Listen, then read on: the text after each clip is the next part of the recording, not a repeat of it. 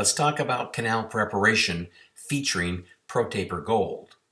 Now, it's important to know that ProTaper Gold has exactly the same geometries as its predecessor, ProTaper Universal. And it has a convex, thin, triangular cross-section and a centered mass of rotation. Let's take a look.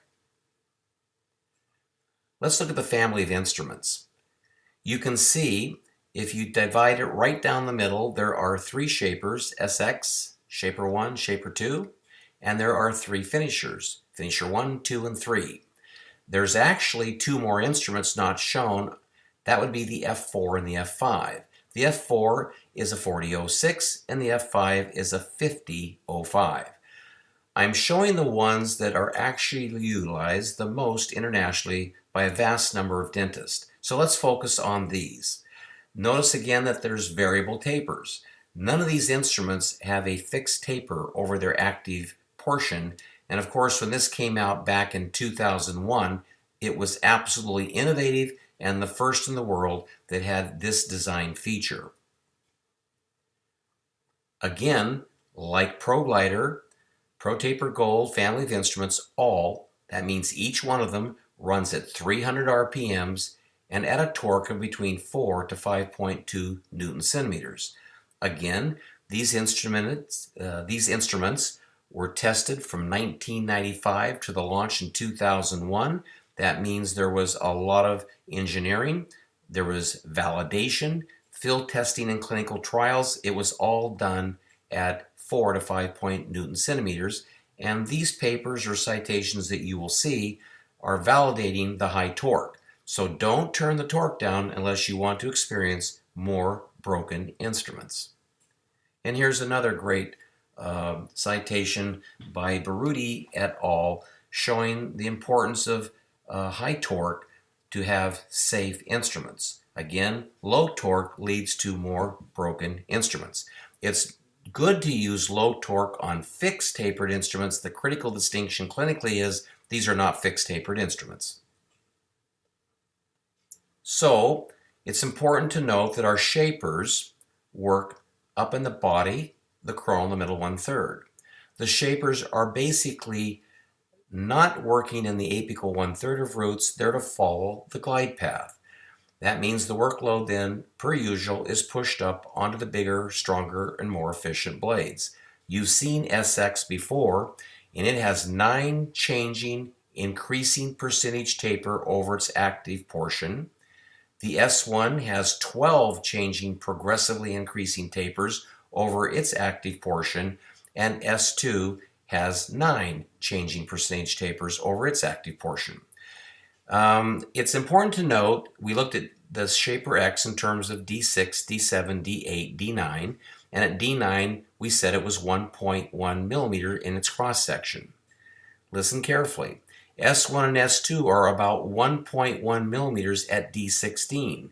So in the clinical scenario where S1 and S2 achieve length, especially in shorter anatomical roots, you can imagine that the most important shaping blades are up in the access cavity and can't get below the orifice. In this instance, you would use SX because it has compressed geometries, and at only D9 it's as big as S1 and S2. That's a critical distinction in the family of shaping files.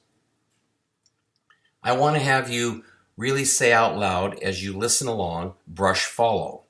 We've been teaching this for more than a decade, 16 or 17 years to be exact, and in workshops, the colleague that brushes deliberately and intentionally on the outer wall and in furcated teeth away from furcal danger notices that when they brush laterally, those bigger, increasing percentage taper blades progressively advance deeper into the canal. So brushing's a big secret. We don't brush over and over and over, just a few little deliberate, short, intentional brush strokes on the outer wall away from furcal danger allows the instrument to run towards length. So brush, follow, and brush, follow.